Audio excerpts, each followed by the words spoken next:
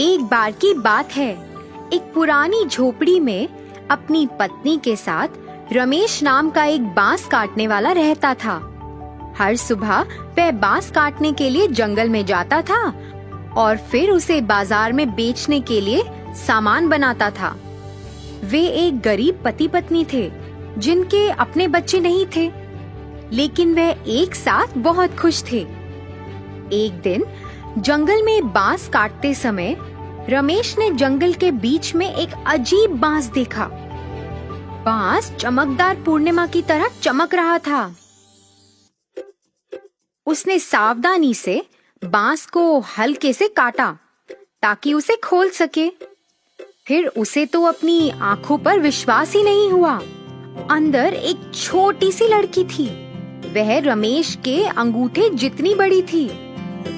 वह तो अब तक की सबसे सुंदर बच्ची थी। उसने तुरंत उसे ध्यान से अपने हाथों में लेने का सोचा और अपनी पत्नी को दिखाने का सोचा। अरे सुनो, जल्दी इधर आओ, देखो मैंने क्या पाया है। रमेश ने उसे बताया और फिर धीरे से अपने हाथ खोले। तुरंत उनका पूरा घर जगमगा उठा। पति पत्नी तो आश्चर्य में ही थे। अरे, ये तो चांद की तरह चमक रही है। ये कितनी खूबसूरत है। हाँ, मुझे लगता है हमें इसका नाम चांदनी रखना चाहिए।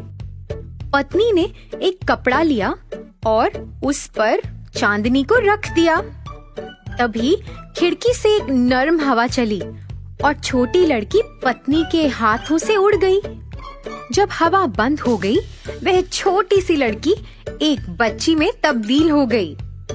दोनों एक दूसरे को देखकर हैरान रह गए। जल्द ही वह बहुत अमीर हो गए। उन्होंने चांदनी को एक शानदार जीवन दिया। कुछ ही समय में चांदनी सबसे खूबसूरत औरत बन गई थी। लेकिन बांस काटने वाले की और भी चिंताएं थी। गांव वाले उससे अपने घर की सबसे खूबसूरत लड़की के बारे में पूछते रहते थे। एक रात जब चांदनी सो गई थी तो रमेश ने अपनी पत्नी से बात की।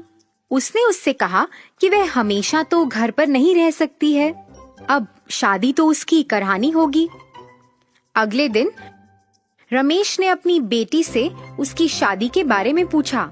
उसने उसे कहा कि नौजवान शादी करना चाहते हैं और कई लोगों ने उसका हाथ भी मांगा है। नहीं पिताजी, मैं आपके बिना नहीं रह सकती। मुझे आप अपने से दूर क्यों भेज रहे हैं पिताजी?